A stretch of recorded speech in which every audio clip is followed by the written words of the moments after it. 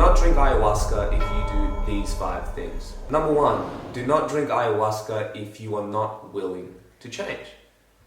Psychedelics such as ayahuasca are very potent tools that can give one a very transformative mystical experience. Maybe it gives you insight of past traumas of why you act the way you do, or maybe it gives you this full-on spiritual transformation where it just changes the core of your being, and then one day from the next you're like, oh my god, I understand life now, and you're like on this spiritual high. But a common trap that many people fall into is that they have this life-changing experience, but then they go back to their old toxic environment.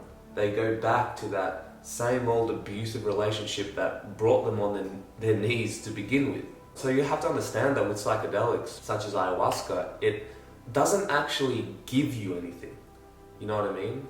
At best, it can give you a glimpse of your potential. And at worst, if not done in the right context and you don't integrate properly, it can actually lead you into a darker path. And this isn't uncommon, because at the end of the day, knowledge is power. And when you do something out of ignorance versus doing it from a conscious awareness, it's 2 completely different beasts. Believe it or not, awareness in and of itself doesn't necessarily improve your life. It's what you do with that awareness.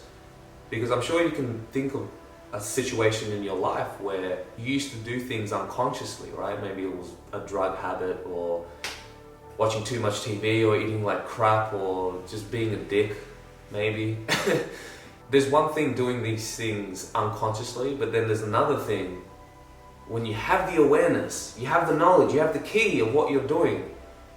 But when you continue to do those habits with that new awareness, the pain actually intensifies. It's like if you get rid of a demon, but then you invite it back in, it comes back 7 times stronger. Because when you continuously repeat a negative cycle, let's say a drug addiction, there's one thing going into that cycle, right? You go into rock bottom, yeah, whatever. Then you finally heal, you realize what you've done and why you're doing this.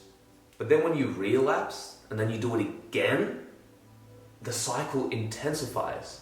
And it's the same thing with ayahuasca. If you go back to the same old environment, the same friends who've been perpetuating this negative cycle, then things can get a lot darker and those demons can come back 7 times stronger. Ayahuasca shouldn't be the first option that you think of because you want to fix your life, you know what I mean? Because if you're not really ready to change deep within, then it can actually make things worse. Awareness in and of itself isn't the answer. It's just step 1. You have to have the will and the discipline to actually follow through what you've learned.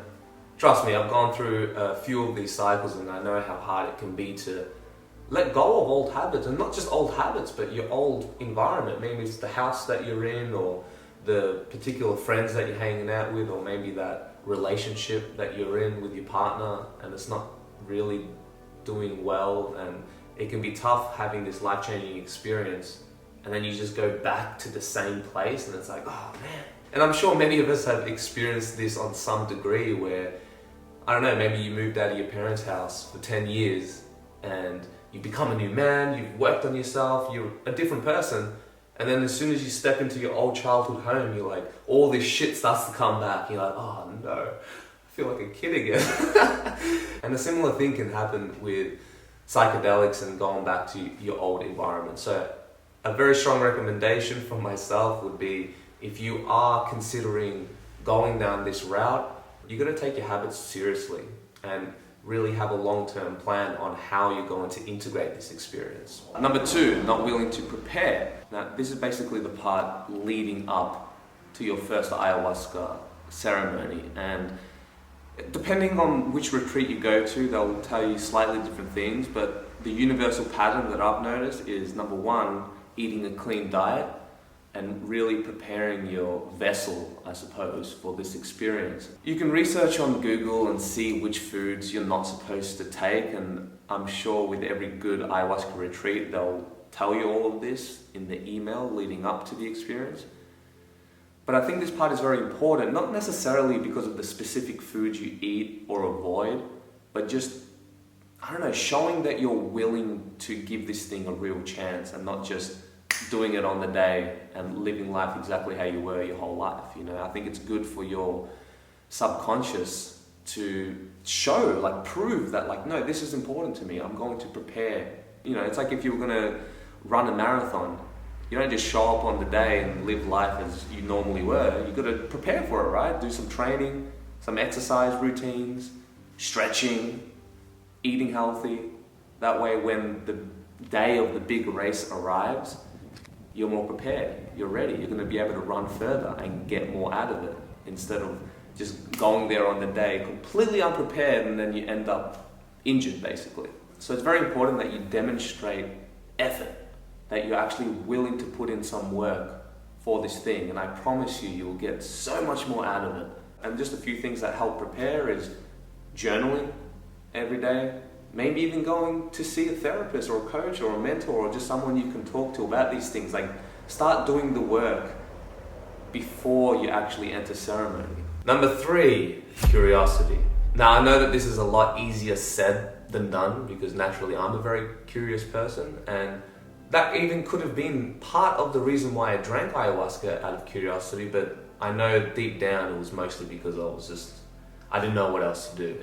It was genuinely from a place of wanting to heal and just, I don't know, do something, because I tried all these conventional modalities that didn't really help me, and I was like, you know, I was in a kind of desperate time in my life, and it really helped. But the reason why I'm saying don't drink ayahuasca purely out of curiosity, well, like the old saying goes, right? Curiosity killed the cat, and in a way you're opening Pandora's box, and sometimes knowledge can be a curse, especially when you don't have the will to yield it. When you do these things purely out of curiosity and you have no real intention or no real reason why you want to do it, outside of just, oh, I just want to see what this is about. I mean, listen, it might not even be a big deal. You might drink ayahuasca because you want to see what this thing's about, you have a spiritual experience, and then that's it, you move on with your life. But that might not be necessarily the case for everybody. And the thing about gambling is that you could win big or you could lose big. In some cases, this might not end in disaster. You could just have an interesting experience and then just move on with your life, but sometimes you don't. Ayahuasca isn't fun and games, you know, it can actually be very serious business, and it can lead people into much darker paths than what they even thought was possible. And in order to mitigate the risks associated with ayahuasca, that's why you need to, you know, prepare, integrate, make sure you research the right retreat, and all these sorts of things, and all this work that you have to do before you even step into ceremony. And what a lot of people who have experienced ayahuasca, what they'll tell you is that the ceremony begins as soon as you book your flight, or as soon as you book the retreat, you know. It's like your subconscious knows what's gonna go down, so it's like psychically preparing itself. I don't know what's going on there, but I definitely agree with that sentiment of the ceremony beginning as soon as you book it. Curiosity killed the cat.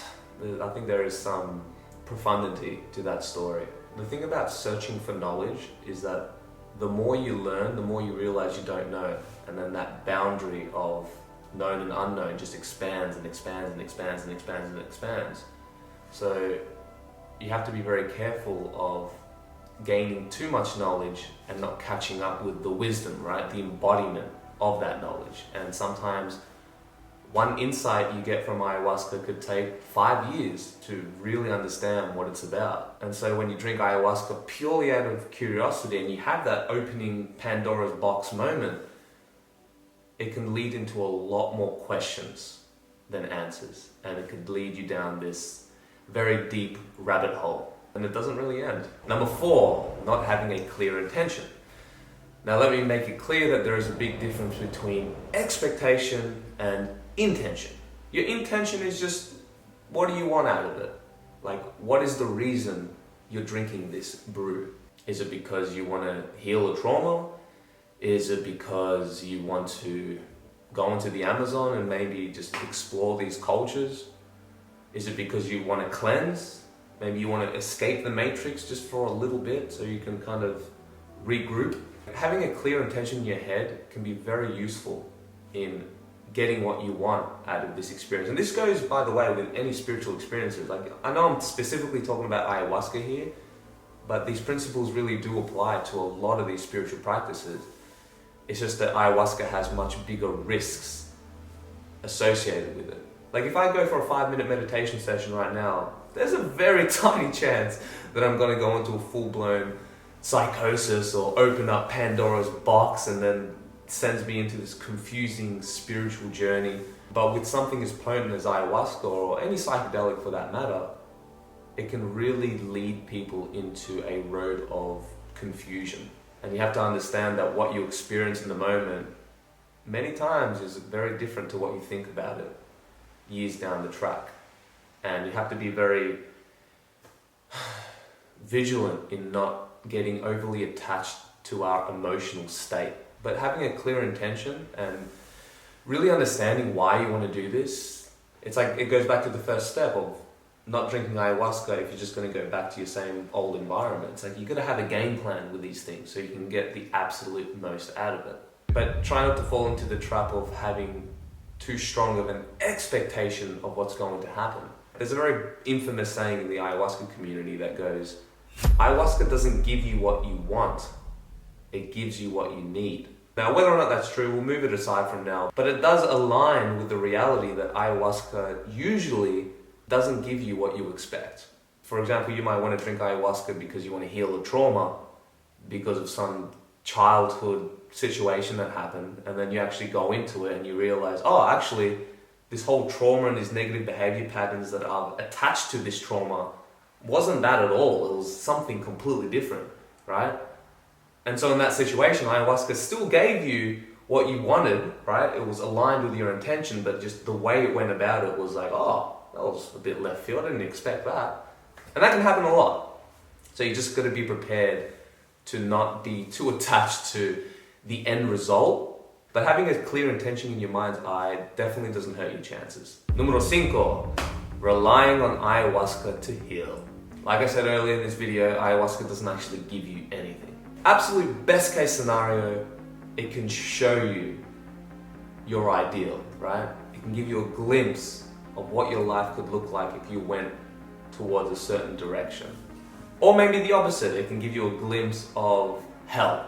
And this is where you're going to go if you continue going down this dark route. It doesn't transform you in and of itself. There's a very real danger of relying on something outside of yourself to heal, right? And that includes all psychedelic plants, which are outside of yourself. Yeah, they might give you a key and a glimpse of your inner world and what to do. But like I said, it doesn't actually give you that transformation. There's always a price with everything. There's always work involved, and you gotta align your intention, your worldview, your daily actions, and what's your long-term plan. Ayahuasca isn't going to heal you in the way that you think, especially if you're not willing to put in the work afterwards. Some people may think that worst case scenario, it doesn't heal me, but nah, man, the worst case scenario is that you go on a much darker path. At the end of the day, if you go back to your core being, right, your eternal soul, that which always was and always will be, that constant anchor that goes beyond this ego structure that we've created for ourselves. We have everything that we need right here, and ayahuasca isn't going to give you that. At very best, it might give you a glimpse if you're willing to put in the work afterwards. But if you rely on these modalities to heal yourself and to be happy, and especially if you go back again and again and again and again, I've met a lot of people who they drink ayahuasca like on a yearly basis, maybe even sometimes twice a year.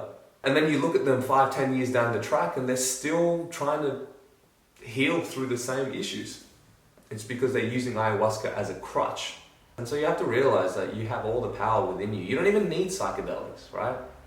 At all. Sometimes they can make things better, but at the end of the day, like I've said, I'm going to hammer home again. It's all up to you. I was going to add this on the list, but I'll quickly mention it here, is that I personally wouldn't recommend doing any of these substances by yourself. Because what I've noticed with my own past ayahuasca experiences is that it wasn't necessarily the ayahuasca itself. Because what I realize now, that was just a cherry on top. It was everything else. It was me going out of my way going to Peru, to the Amazon rainforest, to be with like-minded people who are all trying to better themselves, to be with facilitators and shamans who have deep knowledge on this stuff. Like that, just being in that environment was the transformative bit. And we just so happened to drink ayahuasca, right? So that's how you got to think of these things. Because insight, knowledge, and spiritual experiences without putting in the work, I mean, I don't want to say it's useless, but it's not as useful as people may think. I hope you got something out of this video. Thank you for all the love and support, especially from our patrons who make this channel possible. If you wish to see more of this type of content, then check out patreon.com/yourmatetom. We do some exclusive live stream plus a whole bunch of cool content over there. It really helps us out and makes this channel possible. So much love and good luck on your journeys. I'll catch you next time. Peace.